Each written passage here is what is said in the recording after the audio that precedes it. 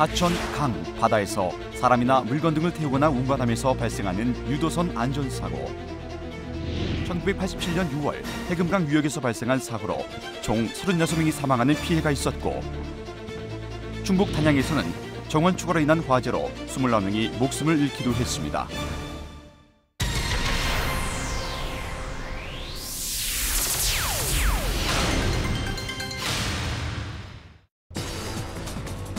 먼저 화재, 좌초, 테러 등 선박 사고가 발생하면 큰 소리로 외치거나 비상벨을 눌러 사고 발생 사실을 알립니다. 위험한 상황이 되었을 때는 의자 및 또는 선실 내 보관된 구명동이를 꺼내 입고 물속에서 행동이 쉽도록 가능한 한 신발을 벗습니다.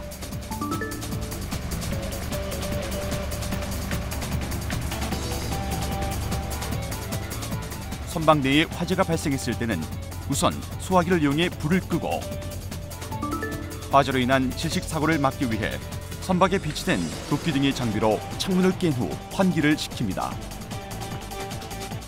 선장이나 임명구조요원의 지시에 따라 질서를 유지하면서 침착하게 출입문을 통하여 외부로 탈출합니다. 구명동이를 착용하고 물속에 뛰어든 사람은 신속하게 육지 쪽으로 헤엄쳐 이동하고, 안전한 장소에서 체온이 떨어지지 않도록 보온을 유지하면서 안정을 취합니다.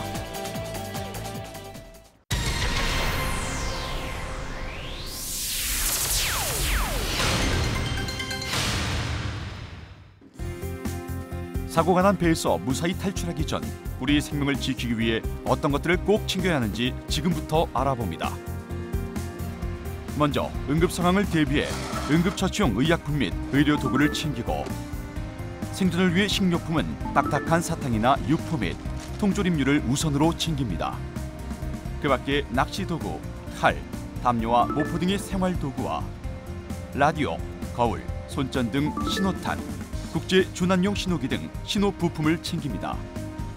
생존용 장비의 우선순위는 응급처치, 물, 식량, 생활도구, 신호와 항해도구, 부유 장비류 순이며 이는 상황에 따라 조정할 필요가 있습니다.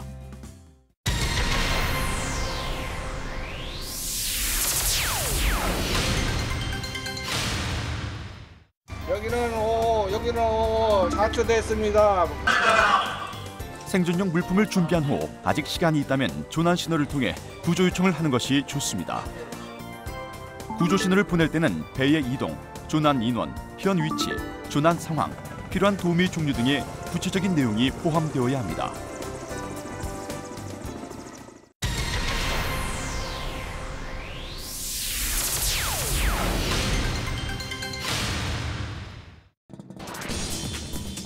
사고 선박에서 무사히 탈출하더라도 생명을 유지하기 위해서는 다음과 같은 행동 요령을 숙지해야 합니다. 배에서 탈출한 후 사망하는 사람들의 사망 원인 1순위는 익사가 아닌 바로 체온 저하인데요. 체온이 떨어지는 것을 막기 위해 가능한 한 빨리 부유물 위로 올라가 물에서 빠져나와야 하며, 그것이 불가능하다면 조금이라도 신체의 많은 부분을 물 밖으로 내놓는 것이 좋습니다.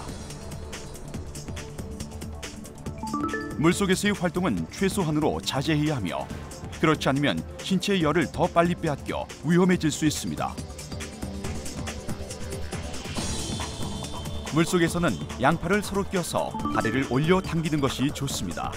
이때 머리는 물 밖에 세워 머리와 몸을 가능한 한 최대로 보호하여 열의 손실을 줄여야 합니다.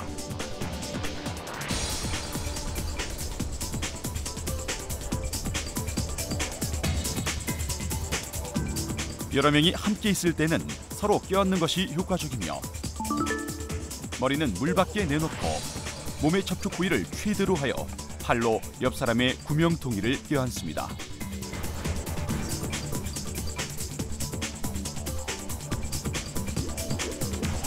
일단 물에 뛰어든 다음에는 부유물 등을 붙잡고 있어야 합니다. 부유 장구는 불필요한 체력 소모를 막아주고, 기본적으로 착용자를 물 위에 떠 있도록 유지시켜 생존의 가능성을 높여주는데요. 부유 장구를 준비하지 못했거나 주변에 아무것도 활용할 만한 물건이 없다면 입고 있는 바지에 부력을 넣어 부유 장구를 만들 수 있습니다.